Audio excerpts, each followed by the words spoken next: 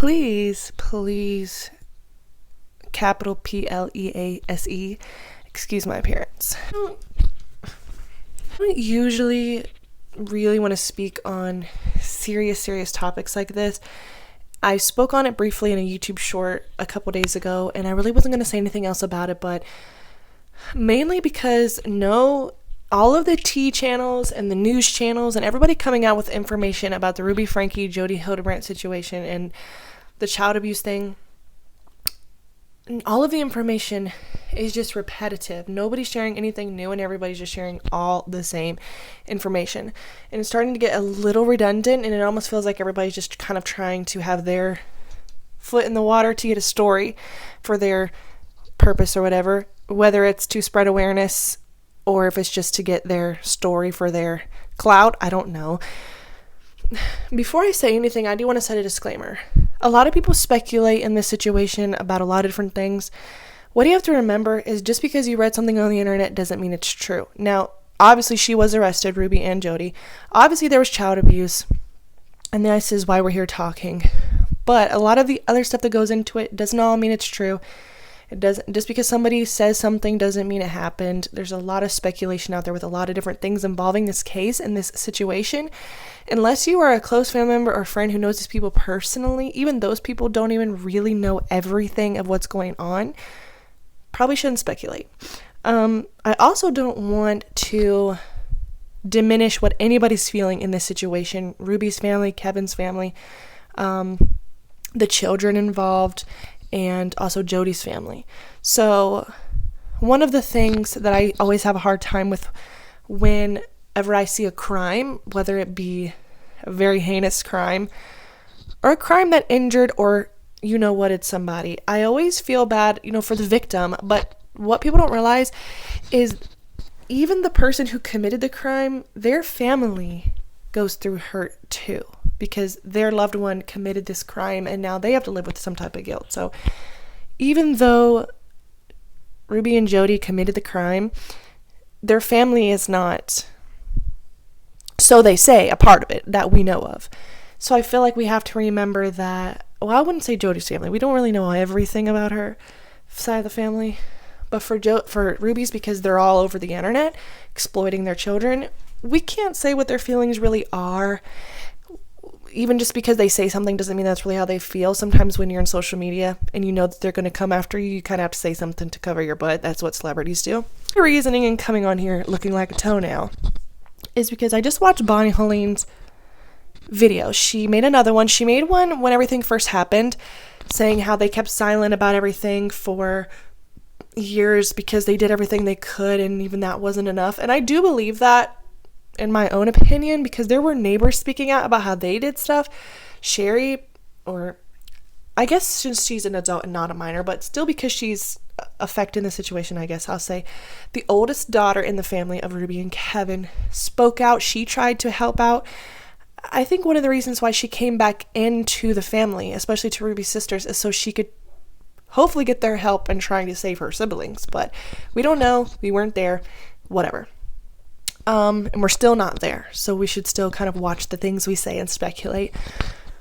She made another video, and it kind of bothered me because I feel her pain in a lot of ways. If you haven't watched the video, she discusses how, she is not her sister. She's not her sister's crimes. That's a valid point to make. She also, I think it's very clear to mention, because a lot of people are on the fence about how to feel about Kevin. She also very attacked him in the video, like, hey, he is the one person in the situation who could have done something because he is the father. I also agree with that.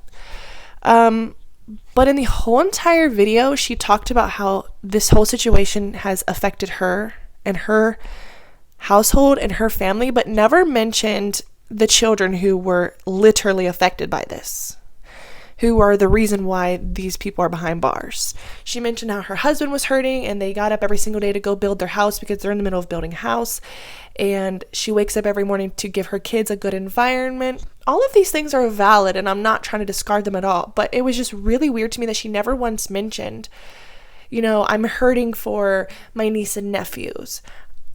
my nieces and nephew, I'm hurting for the kids. She never once mentioned her feelings towards them, and I thought it was kind of weird because it seemed very narcissistic and selfish.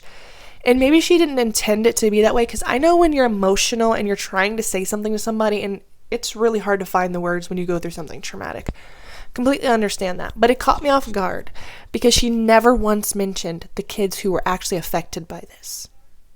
You're only getting secondary pain because it was your family affected, but how about the people who were actually literally bound and starved and whatever else they were going through that we don't even know about? I just felt like it was kind of weird, and I know there's so many people out there in the universe and in the internet who are going to eat that video up, and I was really, the whole video, it's like a 9 or 10 minute video, I was waiting for her to say something about how she was hurting for the kids involved. And it was all about how she was hurting and how her husband was hurting and how her family was hurting and how her mom got physically ill because of all of it. Which, all of that is valid. I'm sure they were affected, but the fact that she never once mentioned the kids affected, it really rubbed me the wrong way.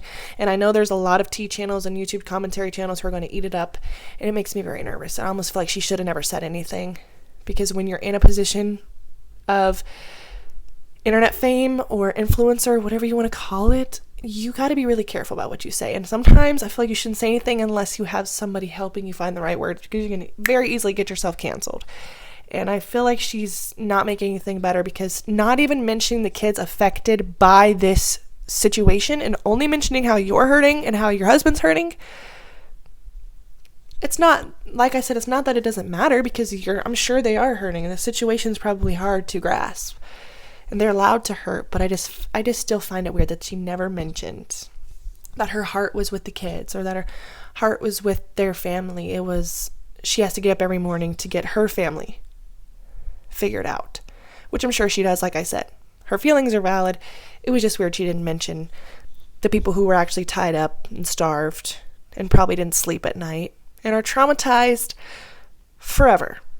I just felt like that was a little interesting, but that's my little take. I wasn't going to say anything else about this situation, but I swear it's just so widespread talked about right now. Every time I get on my phone, it was about that escaped prisoner in Pennsylvania, and now and then Ruby, and it was all just, it's all craziness. But I watched the video, and the whole video I'm just waiting for her to say something about the kids affected, about her nieces and nephews, and never once.